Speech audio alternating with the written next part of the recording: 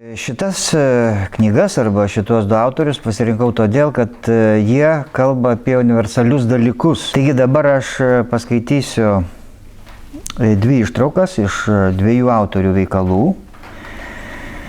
Ir jums reiks atspėti, iš kokio bent jau, jeigu ne amžiaus, tai bent iš kokios epochos yra vieno ir kito autoriaus tekstai. Didžiausios nesėkmės ištinka todėl, kad derinamės prie kitų nuomonės, nusprendę, jog geriausias yra tas daiktas, kuriam visi pritarė. Taip žūvame vadovaudamiesi svetimais pavyzdžiais, o žmonės puoselėja savo nelaimės, nepakęsdami protingų minčių.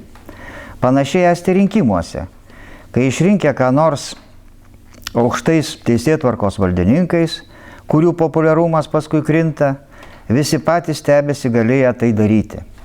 Ta patį giriame, tą patį peikiame. Tokia kiekvieno mūsų balsų dauguma priimto sprendimo dalia. O dabar paskaitysiu kelias ištraukas iš kitos knygos. Net jei esi kuo nors tikras, apsimesk dvejojas, išdėstyk savo požiūrį, užuot skelbęs. Jeigu nori įtikinti kitus, parodyk, kad ir kiti gali įtikinti tave. Na ir pabaigai apie atmintį. Būtų gerai, jeigu turėtum, čia autorius kreipiasi į savo sūnų, knygą švariais lapais, kokią vokiečiai vadina albumu.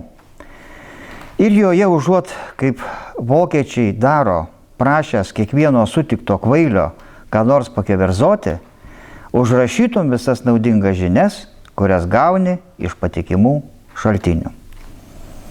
Tikiuosi, kad šios lakios mintis, persmelktos sąmojo, elegancijos, išminties, ras kelią į mūsų studentų širdis, privers susimąstyti, pagalvoti apie tai, kas svarbiausia.